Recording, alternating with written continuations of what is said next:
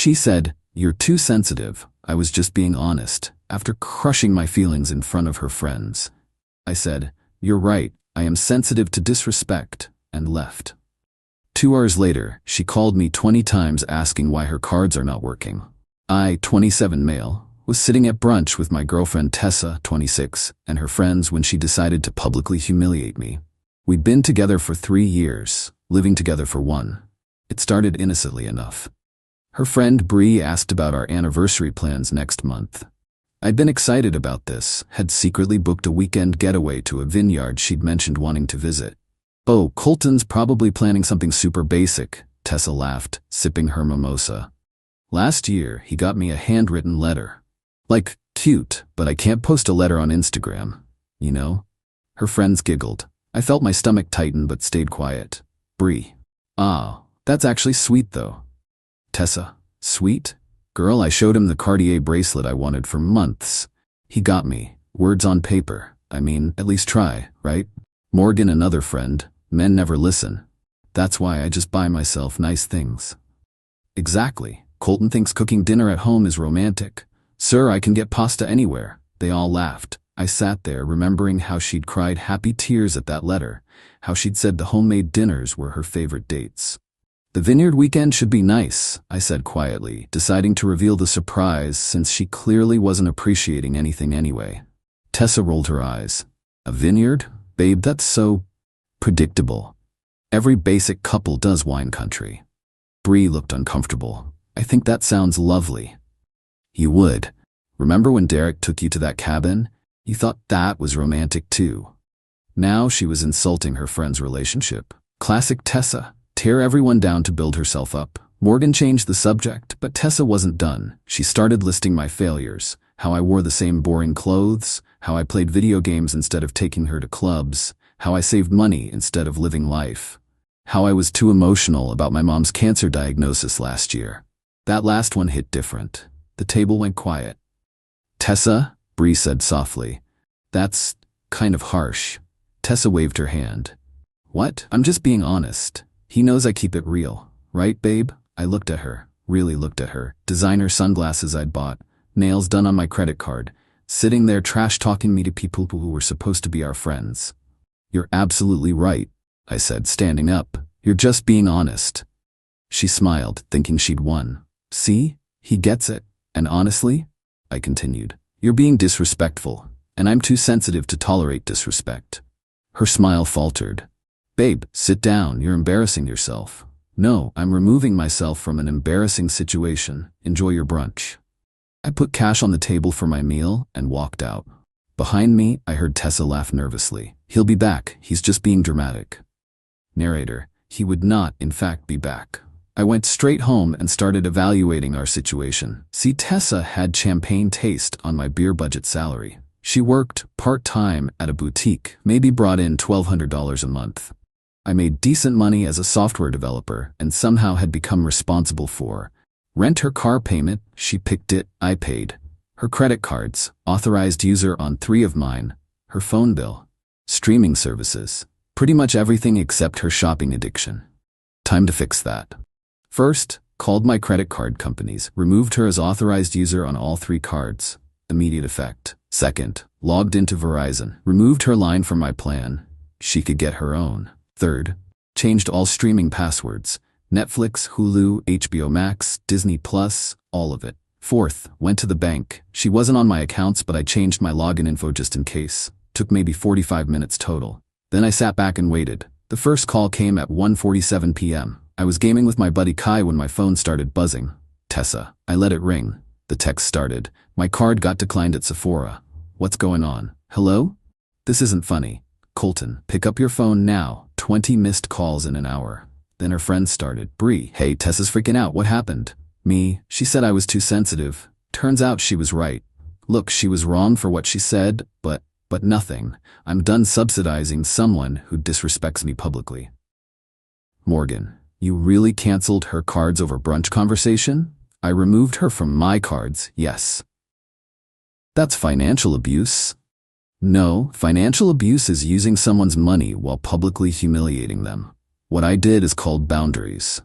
By 4 p.m., Tessa was home, stormed in like a hurricane. What did you do? Took your advice. I'm too sensitive, so I removed myself from situations that hurt my feelings. Like paying for someone who thinks I'm basic. You canceled my phone? I couldn't even Uber home. Bree had to pay. Sounds like you have a good friend there. Maybe don't insult her boyfriend next time. She was pacing now, designer heels clicking on the floor I paid for. You can't just cut me off. I have a facial appointment tomorrow. I have plans this weekend. Better figure that out then. I can't afford the thep. She stopped, caught herself admitting she couldn't afford her lifestyle. Can't afford what, Tessa? The lifestyle you mock me for funding? Her face went through several emotions: anger, panic, calculation. Then she tried manipulation. Baby, I'm sorry. I was just joking around. You know how I get with the girls. I do know, that's the problem. I'll make it up to you. Tonight, whatever you want. What I want is for you to move out. Dead silence. You're taking me out? Over brunch? Over 3 years of disrespect that culminated at brunch. You have 30 days, legally required to give you that. Where am I supposed to go? That's not my sensitive, basic problem anymore. She stood there, mouth open, processing that I was serious. Then came the tears. But I'd seen this performance before. The tears that only came when her comfort was threatened, never when she hurt others. You're really doing this? After everything? After everything is exactly why I'm doing this. That was 3 hours ago. She's locked herself in the bedroom, calling everyone she knows. I can hear her spinning the story. I'm abusive, controlling, manipulative. Cut her off for no reason. But Bree was at that brunch. She heard everything. The truth has a way of coming out. My phone's been quiet for the last hour. She's probably realizing her shopping trip tomorrow isn't happening. Her weekend plans are canceled. Her whole lifestyle just went poof. And me? I'm sitting here, eating leftover pasta from one of those boring dinners she complained about, feeling lighter than I have in years. She was right about one thing. I am too sensitive to keep paying for my own disrespect. Update coming soon. Something tells me this is just the beginning. Update 1. 48 hours later. The entitlement escalation has been exactly what you'd expect from someone who just lost their meal ticket. Day 1. The reality check. The morning after, Tessa emerged from the bedroom dressed for work. Designer outfit, full face of makeup. Acted like nothing happened. I need gas money, she said, not looking at me. No. How am I supposed to get to work? The same way everyone else without a sugar daddy does. Figure it out. She slammed the door so hard the pictures shook. 20 minutes later, text started. Car won't start. Battery dead, I need AAA. Except I knew something she'd forgotten. I'd been paying for the AAA membership too. Canceled that along with everything else. Can't help you. Are you serious right now? She missed her shift. Her manager Diane called me. I was still her emergency contact. Told her Tessa no longer lived here and to please update their records. By that evening, Tessa went full victim mode on Instagram. Posted a series of stories. When you realize you were dating a narcissist. Financial abuse is real, ladies. Starting over from nothing, but at least I'm free. The comments were mixed. Her shallow friends bought it. But remember Bree? She'd apparently had enough. Bree commented, "Girl, you literally humiliated him at brunch for buying you handwritten letters instead of Cartier. This ain't it." Tessa deleted the comment. Bree posted her own story. When people rewrite history and you were literally there, with the eye roll emoji. The group chat imploded. Screenshots started surfacing. Turns out I wasn't Tessa's first victim. Her ex, Nathan, had gone through the same thing. Bree's boyfriend, Derek, reached out to me. "Bro, Nathan wants your number, says he's been waiting 3 years to watch karma catch up." The family intervention. Day 2, Tessa's mom, Paula, called me. We'd always been cool. "Colton, honey, what's going on? Tessa says you've gone crazy." "Did she tell you what happened at brunch?" "She said she made a little joke and you overreacted." I sent Paula screenshots of Tessa's greatest hits from our text history. Calling my promotion cute but asking when I'd make real money. Saying my dad's truck driver job was embarrassing. Complaining that my birthday gift to her was only $500. Paula was quiet for a long moment. I didn't raise her to be this way. I know Paula. She's always been materialistic, but this is cruel. That's why I'm done. Paula sighed. I understand. I'll talk to her about coming home. Tessa panicked about the 30-day notice and started hunting for roommates on Facebook. Posted in every group. Urgent. Professional female seeking roommate in upscale area. Must be clean, quiet, and respectful. No drama. The responses were hilarious. What's your budget? Negotiable, aka broke. Do you have first, last / deposit? Payment plans available? Definitely broke. What do you do for work? Fashion retail specialist, part-time at Forever 21.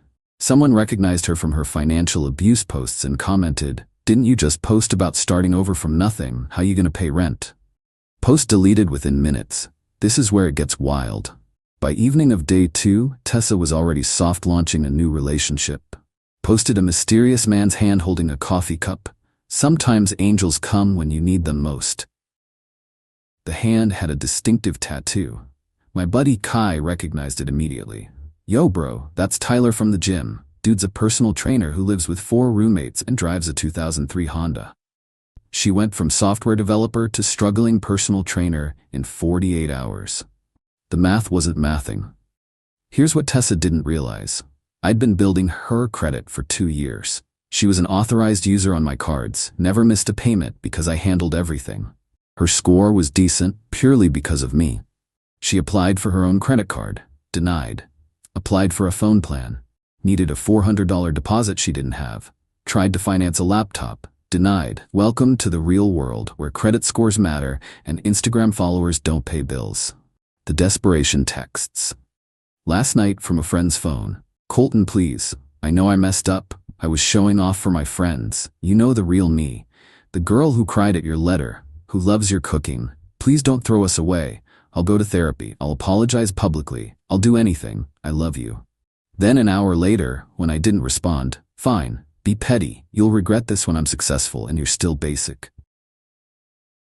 The whiplash gave me whiplash. The work drama. Remember Diane, her manager, called me again today. I'm sorry to bother you, but Tessa listed you as a reference for an apartment. What should I say? The truth. She lived here rent-free for a year and contributed nothing financially. Oh my, that's not what she told them. What did she tell them? That she paid half of everything and you're withholding her deposit. There's no deposit to withhold. She never paid rent. Diane paused. Colton, between us? She's about to be let go anyway. Keeps taking product home without paying. Thought you should know since she used you as a reference.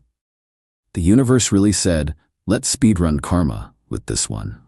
Current status, still posting about her glow-up journey despite being homeless in 28 days. Lost her job, found out this morning. Gym trainer Tyler already ghosting her. Kai has the tea. Parents offered to let her move home if she gets therapy. Bree started a group chat without her called Recovery from Tessa. Meanwhile, I saved $2,400 this month alone from not funding her lifestyle. Actually enjoyed cooking dinner without criticism. Slept better than I have in years. Cancelled the Vineyard weekend and booked a boys' trip instead. Plot twist.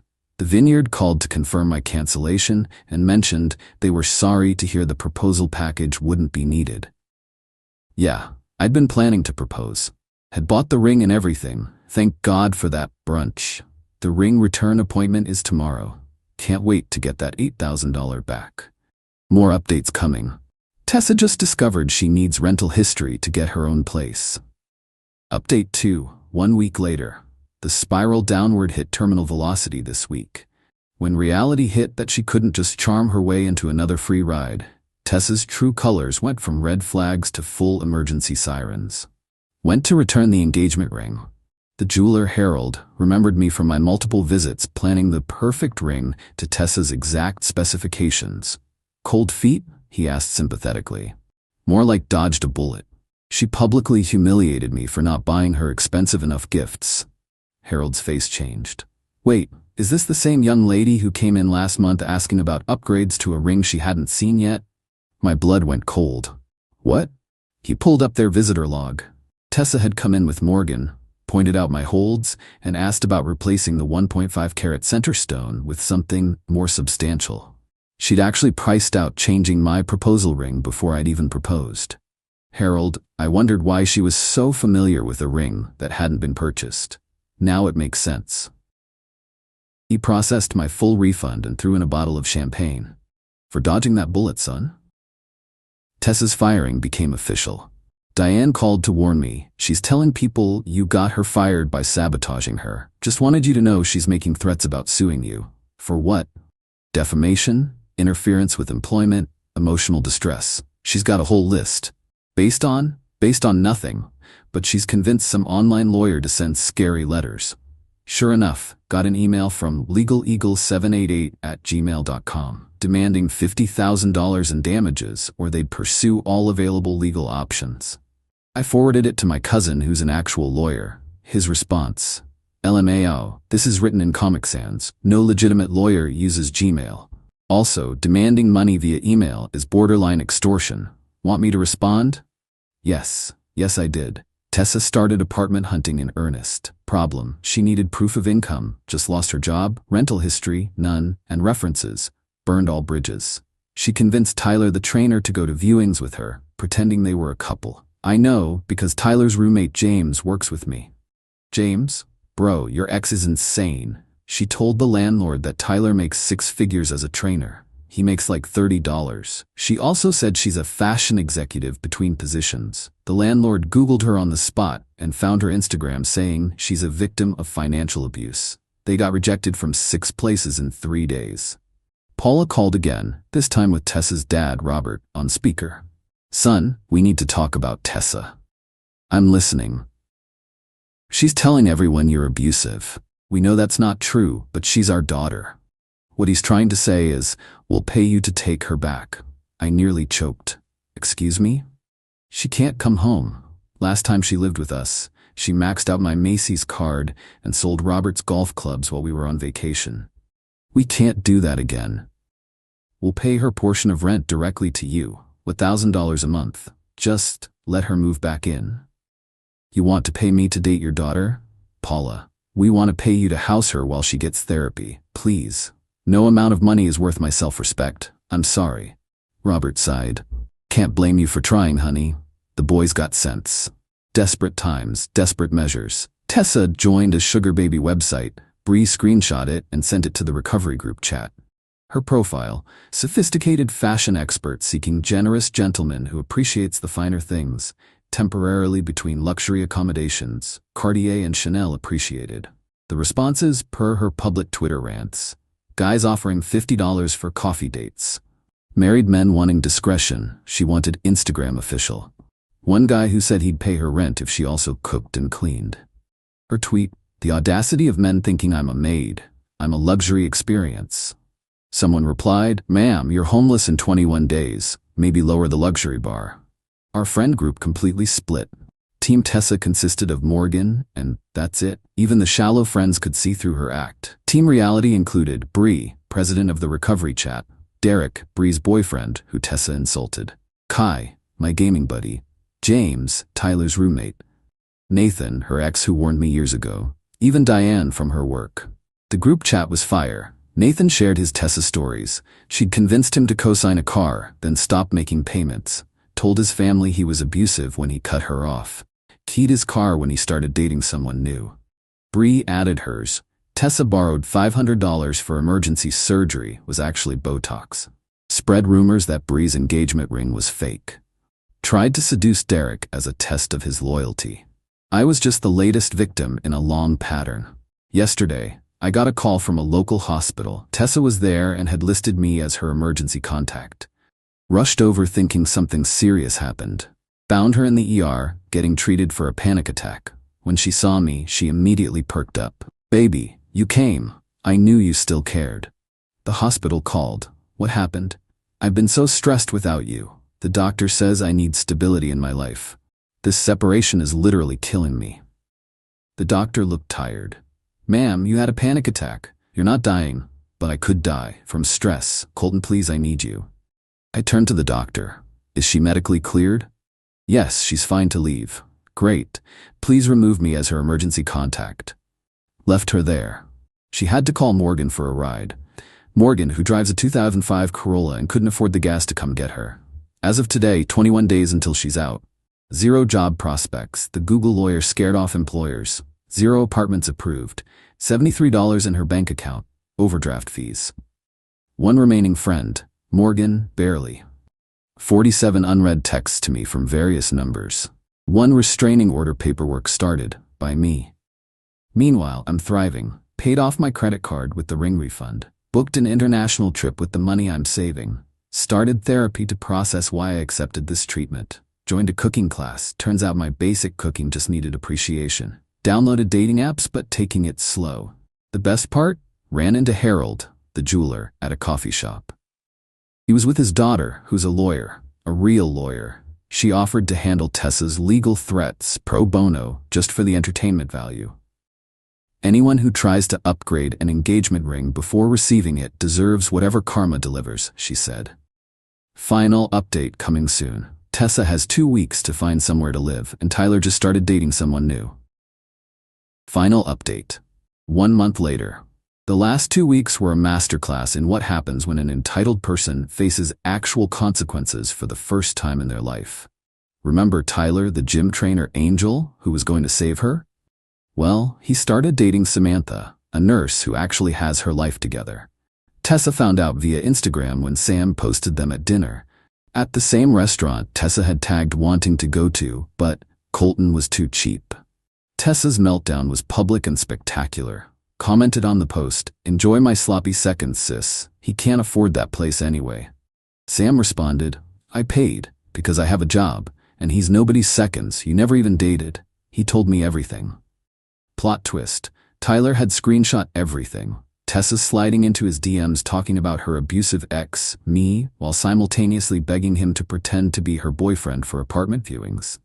He'd sent them all to Sam as a warning. Tyler himself commented, "You asked me to lie to landlords. When I said no, you called me a broke loser. Please stop telling people we dated." The post went mini viral in our city. Tessa deleted her account within hours. With 1 week left, Tessa still had nowhere to go.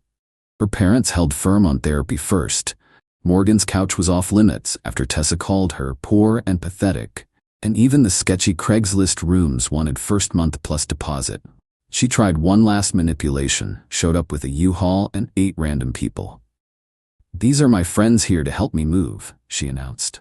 I recognized none of them. Turns out she'd hired day laborers from outside Home Depot, told them it was her apartment, and she needed help reclaiming her belongings.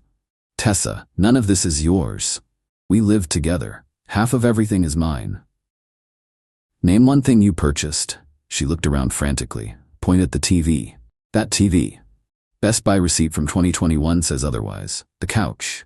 IKEA delivery to my name, paid with my card. The dishes. Wedding gift from my aunt."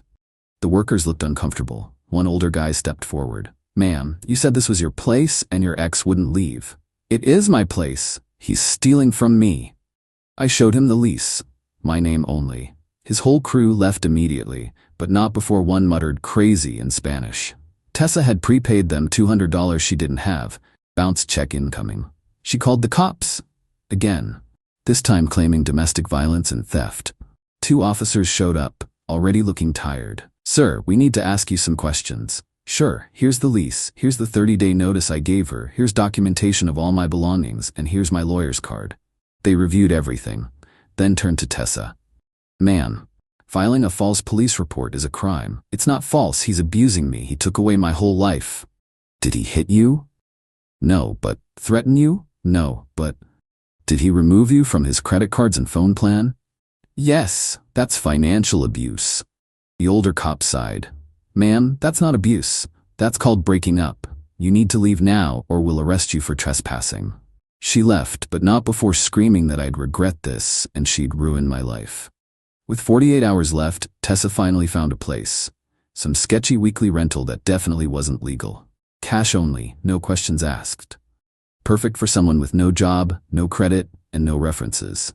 She showed up with Morgan and Morgan's boyfriend to get her stuff. Except, what stuff? "Where are my things?" she demanded. "What things? Everything here is mine. My clothes, my shoes, my makeup." "Oh, that stuff? It's in storage unit 247. Here's the key. You have 30 days to get it." "Storage? You put my belongings in storage? I legally stored abandoned property. You're welcome." The storage place was 40 minutes away. The unit was $50 a month. She had negative money. Morgan's boyfriend looked at me with respect. Bro, that's cold. Then to Morgan, take notes. This is what happens when you date entitled people. Morgan dumped him on the spot. Tessa now had no ride to the storage unit, created a new Instagram just to post one last shot at me. A long caption about narcissistic exes and surviving abuse with a selfie in her new room. Eagle-eyed followers noticed. Mattress on the floor, water stains on the ceiling, bars on the windows, what looked suspiciously like roaches in the background. Comments were brutal, from penthouse to trap house. This what happens when you fumble a software developer. Shoulda appreciated those handwritten letters. But the killing blow came from Nathan, her ex before me. Fun fact, she did this exact same thing to me 3 years ago. Called me basic, publicly humiliated me, then cried abuse when I left. Some people never learn. Congrats on your freedom, @ColtonTech. I didn't respond, just liked his comment. Last week, ran into Bree and Derek at a restaurant. They were at the same brunch spot where everything went down, invited me to join them. How are you doing? Bree asked, genuinely concerned. Best I've been in years, honestly. We feel so bad. We should have said something sooner about how she treated you. You said something when it mattered. That's enough. Derek raised his glass. To dodging bullets and recognizing red flags. We toasted. Then Bree showed me something on her phone. Tessa had applied to work at the boutique Bree manages. She listed you as a reference again. Bree laughed. The audacity. What'd you tell them? The truth. That she publicly humiliated her boyfriend for not buying expensive gifts while he was secretly planning to propose. They were unimpressed. As of today, 1 month later, Tessa, living in a sketchy weekly rental with 3 roommates she met on Craigslist.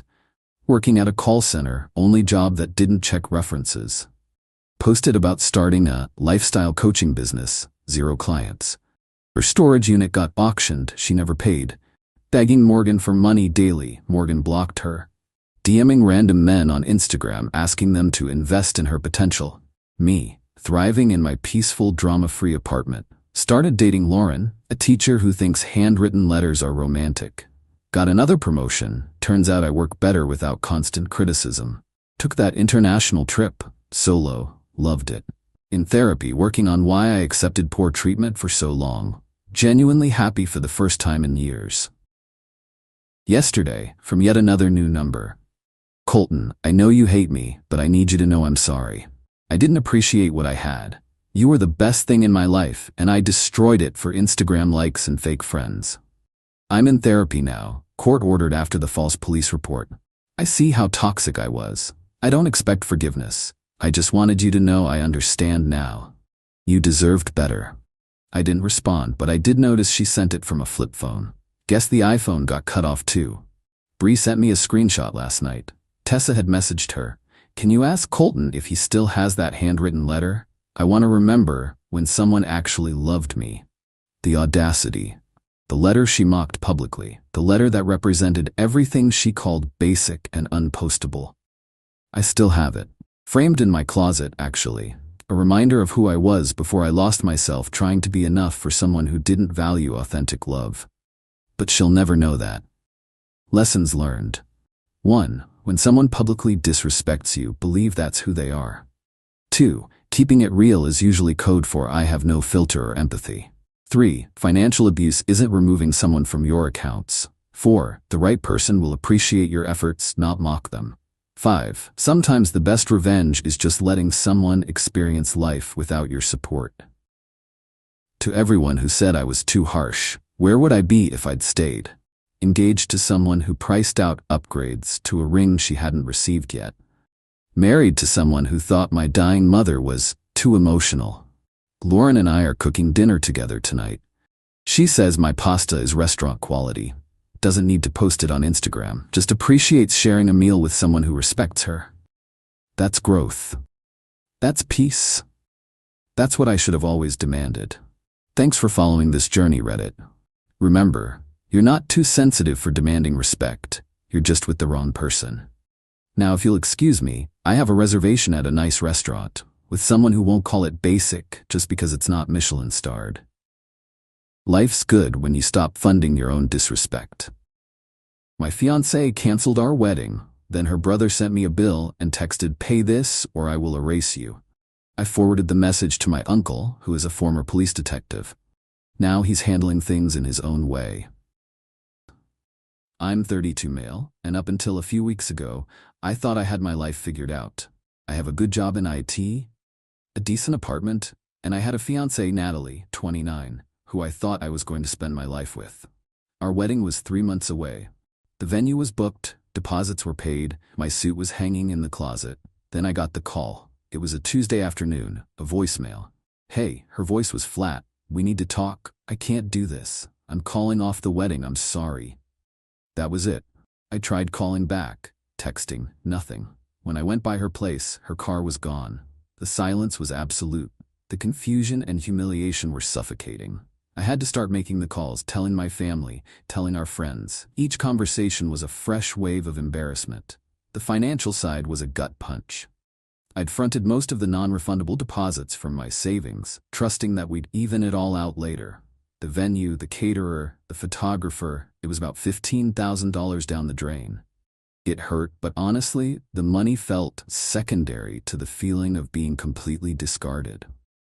I was resigned to just eating the cost and trying to piece my life back together. That's when it went from a personal tragedy to something much uglier.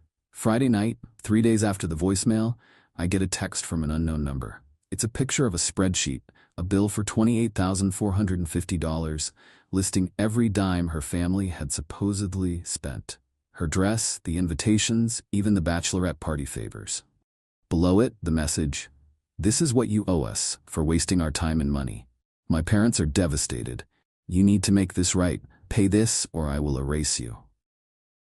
My blood ran cold. It was Natalie's brother, Gabriel, 34.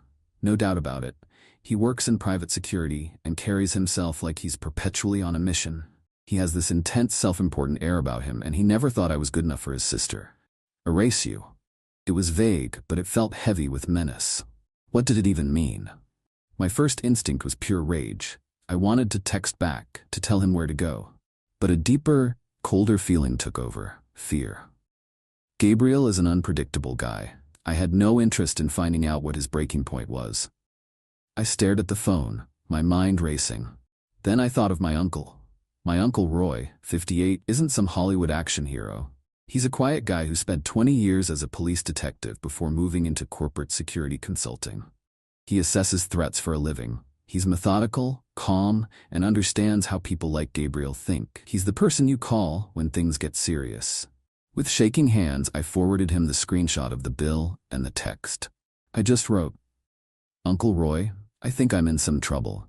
This is from Natalie's brother. She called off the wedding 3 days ago." His reply came back in less than a minute.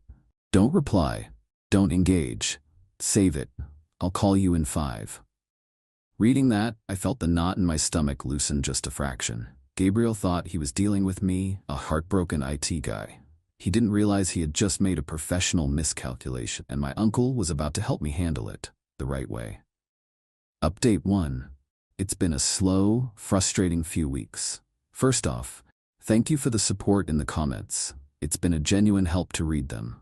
For anyone thinking this would be a quick and satisfying story, I'm sorry to disappoint you. Real life is a lot more paperwork. Uncle Roy called me back that night, and his voice was all business. "Okay, this is a classic intimidation tactic from an amateur," he said, after I'd explained everything. "He feels powerful, and he thinks you're weak right now. We're going to use his arrogance against him." He laid out a plan. It wasn't about revenge, it was about building a defensive wall, brick by brick. First, I went to the police station in the next town over, just as he suggested. I filed a report about the text. The officer was professional but candid. He said the phrase, "erase you," was ambiguous, and without a clear history of violence, it wasn't enough for them to act on. But he agreed it was good to have it officially documented. He gave me a report number and said it would be on file if anything else happened. This was step 1, creating a paper trail. Second, I called the lawyer Roy recommended, Alan Chen. Alan was sharp, no nonsense. He listened to the whole story and then gave me a reality check. "Legally, you owe them nothing," he said. "In fact, you have a solid claim for the $15,000 in deposits you lost. However, suing them will be a long, messy, and expensive process. Our immediate priority is the harassment from the brother Gabriel. The goal here is to make them go away. He drafted a formal cease and desist letter. It was sent via courier to Gabriel's home address. The letter was simple. It stated that a police report had been filed regarding his threatening message and that any further contact would result in an application for a restraining order and potential civil action. For about a week, there was silence. I started to hope that was the end of it. I was wrong. The entitlement was just regrouping. Natalie's mom, Grace, called me. I saw her name and my stomach churned. I let it go to voicemail, just like Alan said. The message she left was a masterclass in emotional manipulation. "I'm so disappointed in you," she began, her voice thick with fake sadness. "Natalie is just heartbroken. And then we get this letter from your lawyer, accusing Gabriel. He was just being a protective big brother. His emotions were running high because of what you did to his sister." She then pivoted. "Frankly, a man with honor would see the financial pain he's caused and make it right. It's the least you could do." She never once mentioned Natalie calling off the wedding. In her version of the story, I was the one who had wronged them all. I saved the voicemail and forwarded it to Alan. His response? "Good. This establishes a pattern. Keep saving everything." Then, Natalie herself started emailing. The first was angry. "How could you send a lawyer after my brother? This is insane." I ignored it. A few days later, a second one arrived. "I can't believe how selfish you're being. My parents are out thousands of dollars. I'm out thousands. You owe us that money. If you just pay it, we can all move on." The lack of accountability was stunning. My pain, our relationship, none of it mattered. It was a simple debt collection in her eyes. I forwarded it to Alan. I asked my uncle what he thought about Gabriel's job. Roy was cautious. "I made a discreet inquiry through a professional contact," he said carefully. "I didn't mention your name or the specifics. I just asked about the general reputation of his firm and what their tolerance for employee misconduct was. The person I spoke to confirmed they have a very strict code of conduct. The C&D letter being sent to his house is one thing, but if it were ever sent to his workplace, it would trigger a major HR issue." He didn't make a dramatic call to a VP. He just gathered intelligence. He was mapping out the battlefield. So here I am. 3 weeks in, I'm down $15. I have lawyers' bills starting to pile up, and my ex's family is painting me as a villain while harassing me for money. There's no satisfaction yet. It's just a slow, grinding, and anxious process. They thought they could bully me, and for now, it feels like they're succeeding in making my life a living hell. Update 2. Hey everyone. It's been a slog. Things have escalated, but not in a cinematic way. It's been a slow, ugly grind of legal maneuvering and low-level psychological warfare. The cease and desist didn't stop them. It just made them change tactics. Gabriel was smart enough not to contact me directly again. Instead, he tried to get clever. A mutual acquaintance, someone I considered a friend, called me up. After some awkward small talk, he said, "Hey man, Gabriel's pretty stressed. He told me he's worried this legal thing could affect his job. He said it was all just a big misunderstanding, and he hopes he'll drop it before it gets ugly." It was a clear attempt to use a proxy to pressure me, a violation of the spirit, if not the letter, of the C&D. I told the friend that my lawyer was handling all communication and ended the call. Then I wrote down a summary of the conversation with the time and date and sent it to Alan. Alan was annoyed but pragmatic. It's a violation, but a he said, she said one. It shows they aren't backing down though. It's time to apply more pressure. That pressure came in the form of filing a civil suit. We sued Natalie for the $15,000 deposit money, and we named Gabriel in the suit for harassment. This was the point of no return. As expected, they lawyered up and fought back. Their lawyer's response was predictable, that my suit was frivolous, that the emotional distress of the breakup was mutual, and that Gabriel's text was hyperbole spoken in a moment of family crisis. They were trying to drag it out, hoping I'd run out of money or patience. And honestly, I almost did. The legal fees were adding up. I had moments where I thought about just dropping it all to make it stop. I was anxious all the time, constantly checking my email for updates from Alan. It was taking a toll. The real escalation came from Natalie's dad, Ralph. He showed up at my office. The receptionist called my desk. "There's a Ralph here, says it's a personal matter." My blood turned to ice. My hands were shaking. I wanted to run out and scream at him, but Alan and Roy's voices were in my head. "Do not engage. Let them self-destruct." I took a deep breath and told the receptionist, "I'm not available. Please ask him to leave the premises, or I will have to call security." I watched on the office's security feed. I saw him argue with the receptionist, his face getting redder and redder. When our building security came out, he caused a scene before they escorted him out. It wasn't a dramatic brawl, it was just a sad, angry man being removed from a lobby. But it was everything Alan needed. The act of showing up at my workplace after a civil suit involving harassment had been filed was a monumental mistake. Alan immediately filed for a temporary restraining order against both Gabriel and Ralph.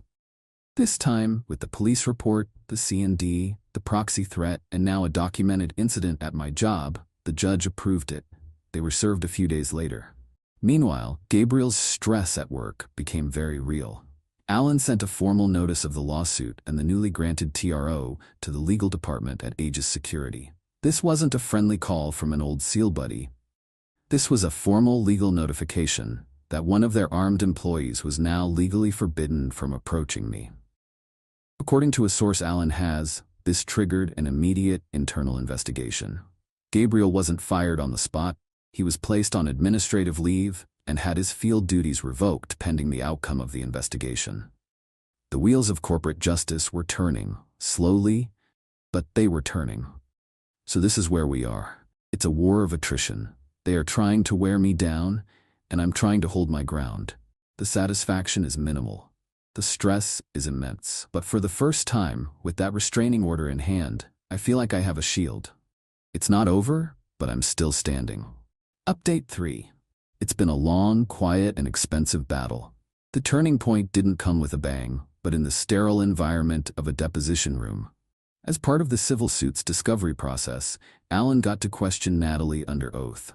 For hours, he went over the timeline of our breakup. He was calm, methodical. He had done his homework. He'd done some social media digging and found a few old photos of Natalie with an ex-boyfriend.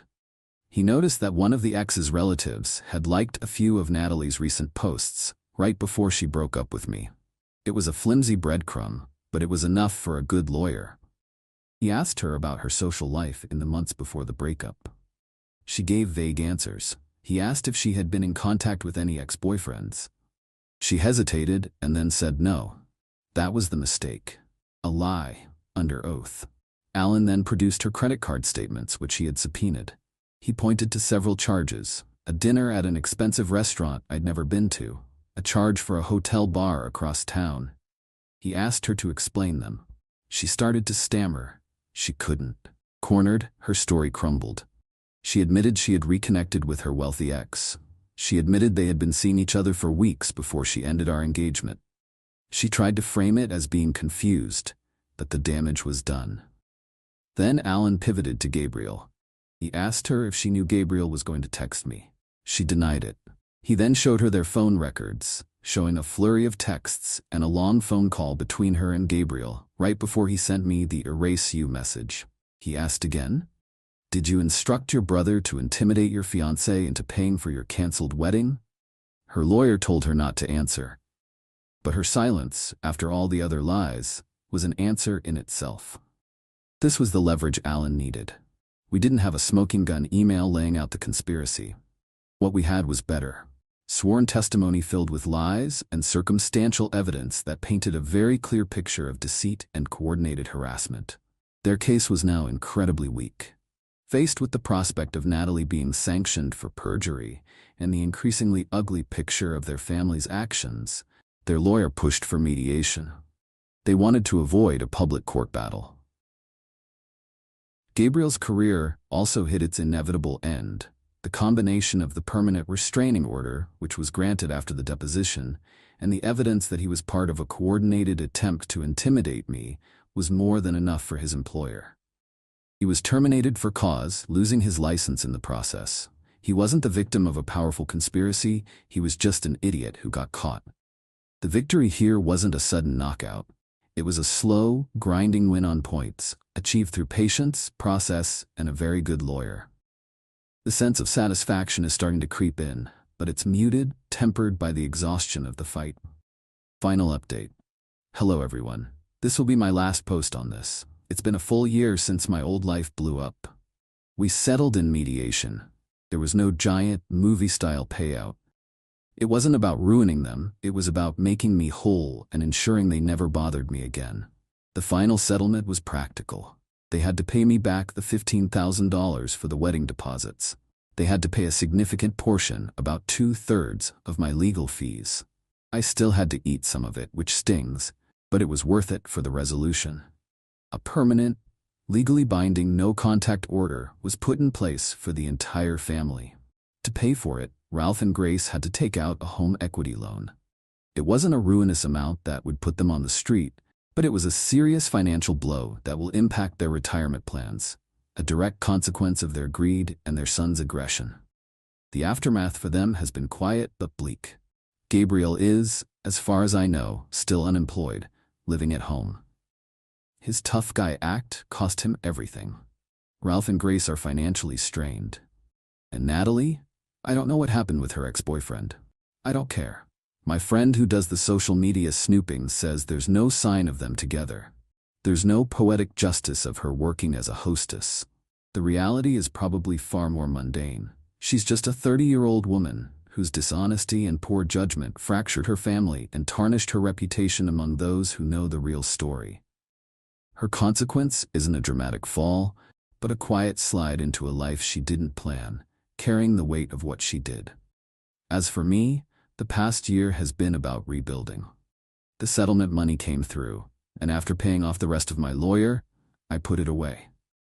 It didn't feel like a victory prize, just a reimbursement for a very expensive lesson. I'm not the same person I was. The betrayal left a mark, a wariness that I didn't have before. I'm more guarded, and I'm still working on trusting my own judgment again. I've been in therapy and it's helping. About a month ago, I was in the grocery store in a neighboring town. I turned a corner and there she was, standing in the aisle, looking at a can of tomatoes. Natalie. She looked ordinary, stressed, a little tired. She saw me. Her eyes widened for a second, a flash of panic and shame. She immediately dropped her gaze to her shopping cart and quickly pushed it away down the aisle. I just stood there for a moment. I felt no anger, no satisfaction.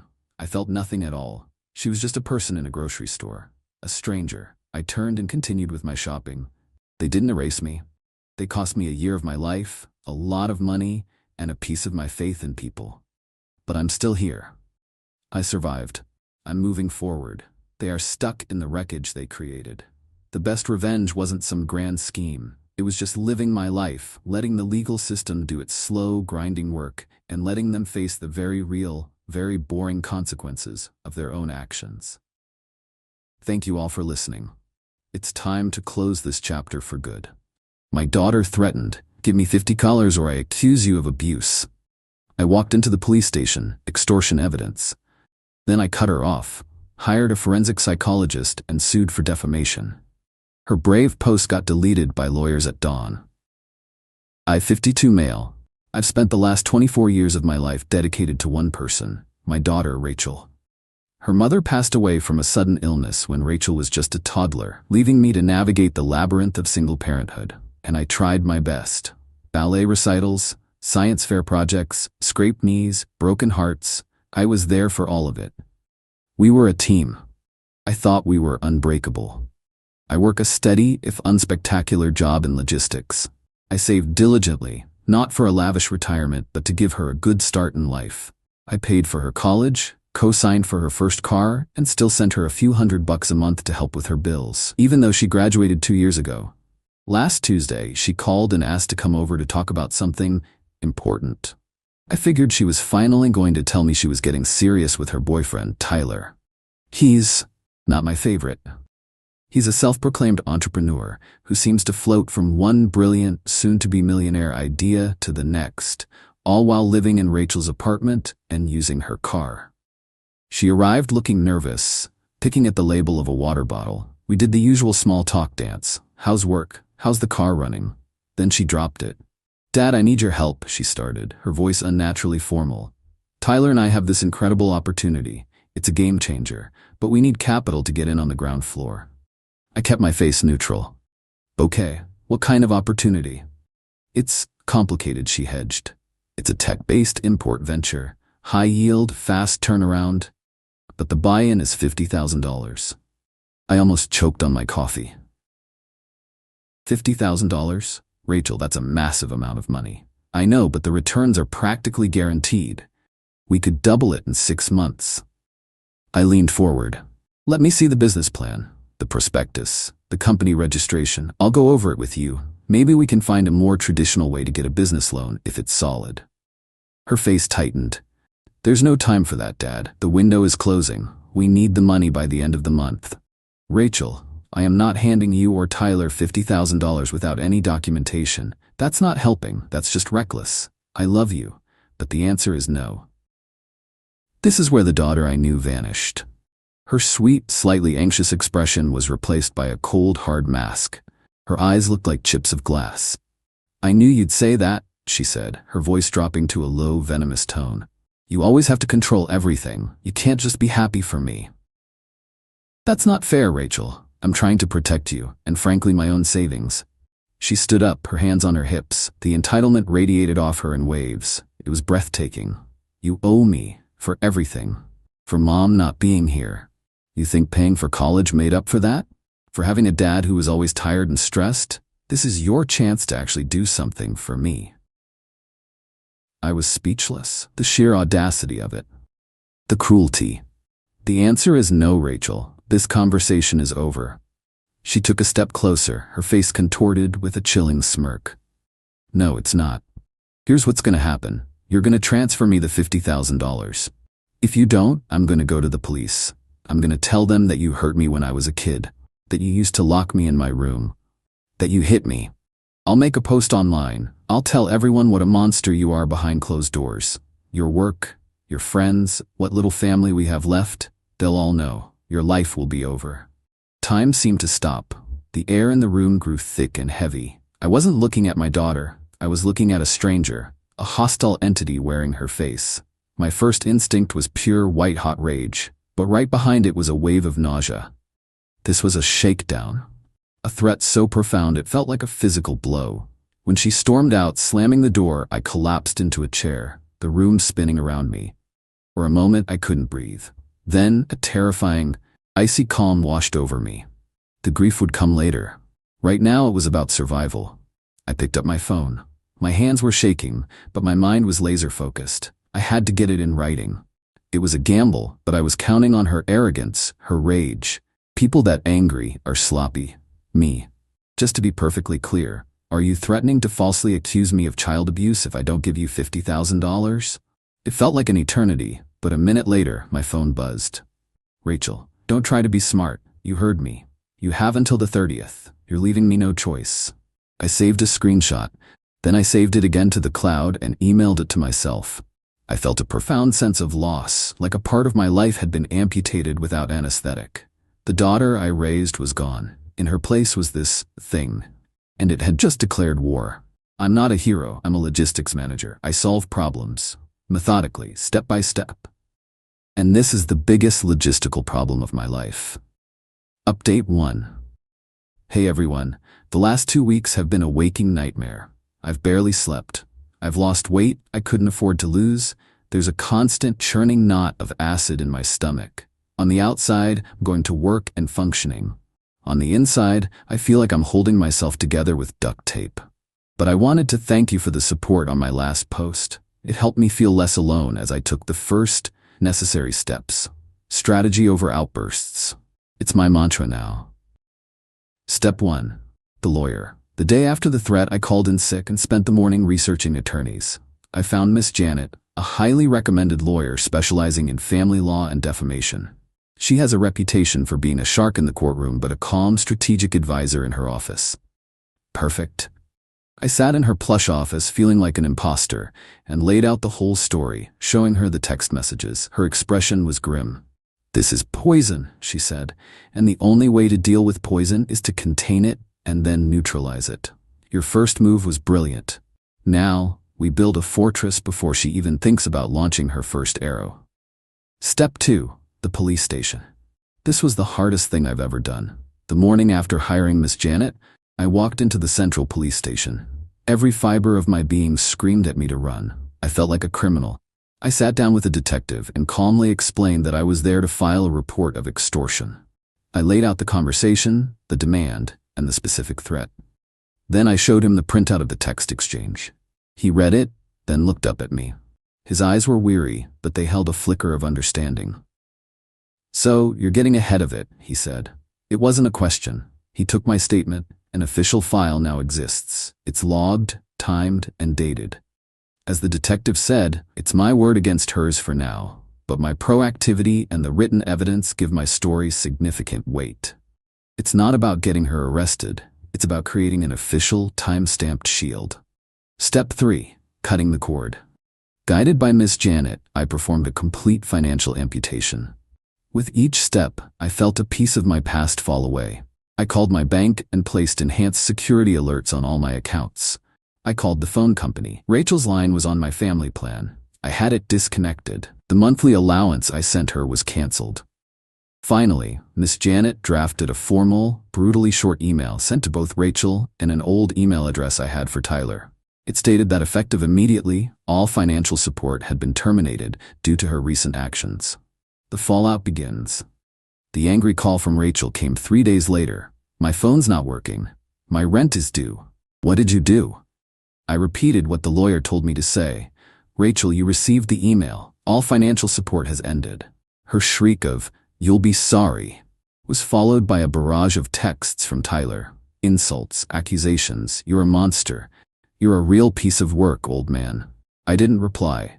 I just screenshotted everything and forwarded it to my lawyer's office, my hands trembling with a mixture of fear and vindication.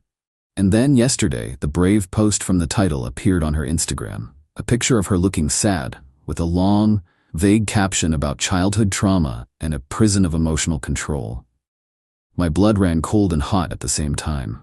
I wanted to scream, to post my own side. Instead, I took a deep breath, took several screenshots, and sent them to my lawyer.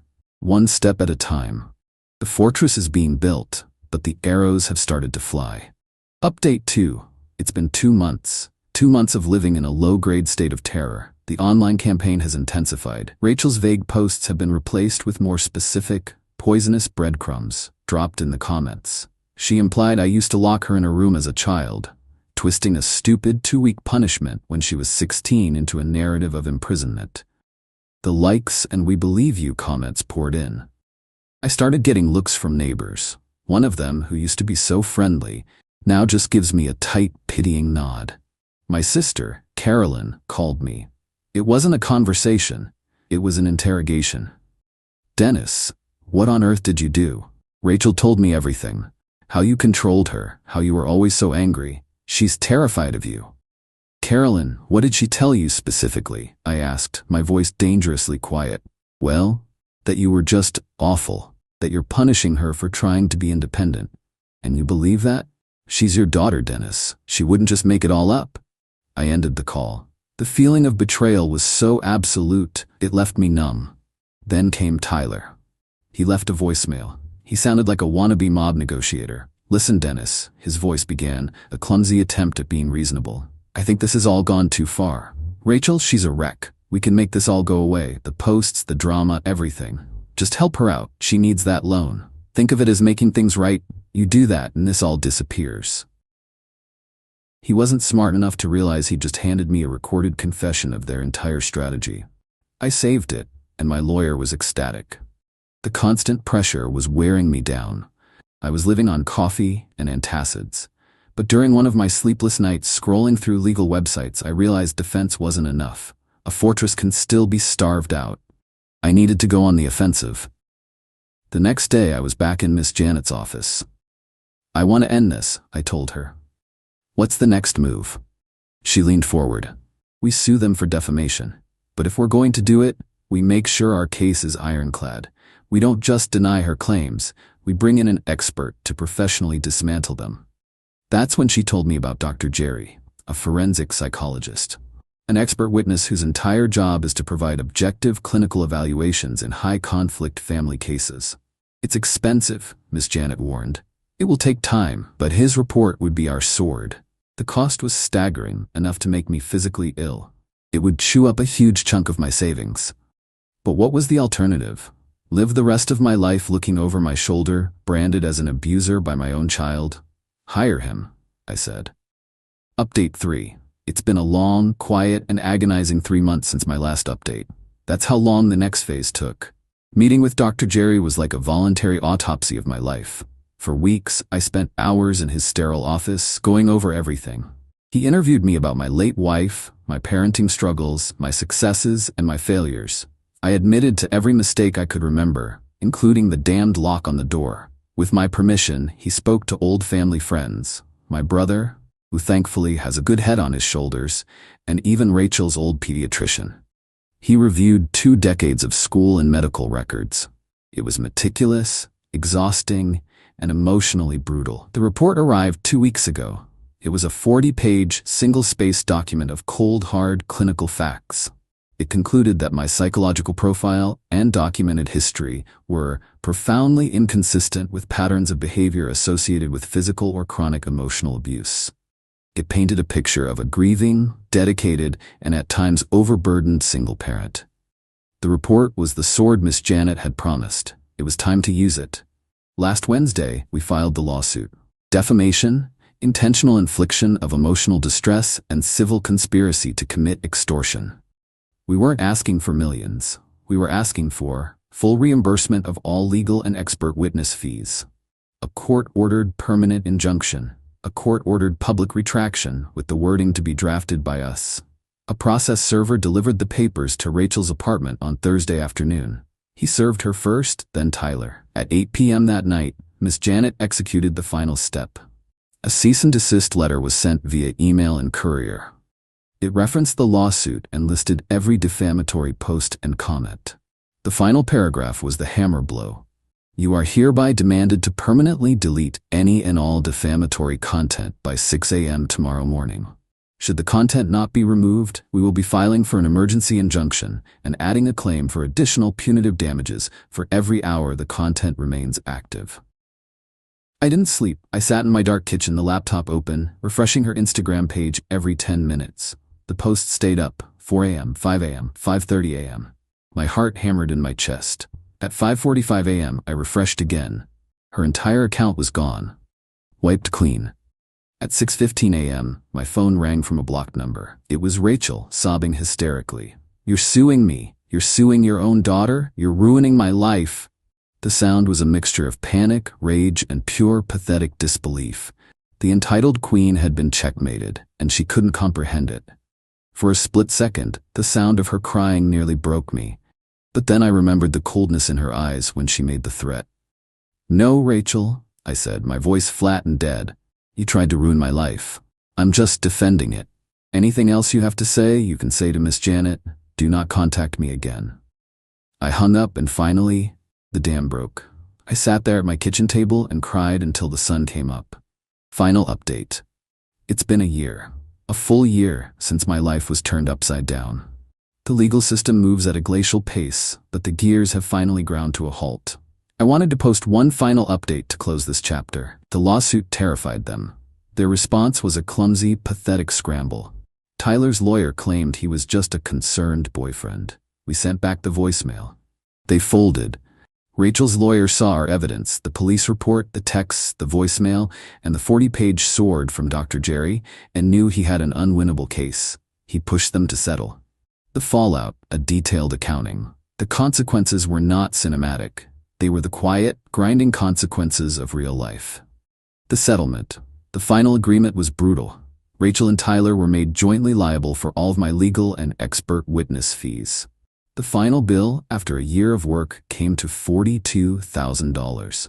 They had to agree to a wage garnishment plan. Tyler is now working full-time as a stocker at a grocery distribution center. Rachel works in a call center. A huge chunk of their income will be coming to me for years. She had to post the retraction. Miss Janet's legal poetry was pinned to Rachel's new barren Instagram profile for 90 days. I, Rachel, last name, retract and apologize for all false and defamatory statements I made online regarding my father, Dennis Lassen. My claims of abuse, mistreatment, and psychological control were untrue. The permanent injunction was granted by the court. They can never mention me publicly again. The social and family consequences. The retraction was a nuclear bomb. The I believe you crowd vanished. She was no longer a brave survivor. She was a proven liar and extortionist. I heard she lost most of her friends. My sister Carolyn sent a weak apology text. I deleted it without responding. Some betrayals don't deserve a reply. Rachel and Tyler, they broke up about 4 months ago. The debt, the humiliation, and the sheer ugliness of what they did apparently destroyed whatever they had. Tyler is gone. Rachel is living with roommates, buried in debt she incurred trying to ruin me. Where I am now, I won. But it doesn't feel like a victory. When you have a cancer, you cut it out. You endure the surgery and the chemo to survive. You are left scarred, but you are alive. Rachel was the cancer. I am left with a scar that covers half my life. I don't hate her, I feel nothing for her now, but a vast empty space where a daughter used to be. I am in therapy, learning to deal with the grief and the PTSD from it all. It's a process. Some days are good, on others I'll see a father and daughter laughing, and I have to leave the room before I fall apart. I sold the house, too many ghosts. I have a small condo now. I'm reconnecting with the few friends and family who stood by me. I'm slowly, painfully building a new life, one that is smaller, quieter, but entirely my own. My advice to anyone facing this is what I learned in the fire. Document everything. Act. Don't just react. Suppress the rage and use cold hard strategy. And understand that to save your own life, you may have to completely amputate a part of it. It was a hell of a price to pay. But I'm still here, and I am free.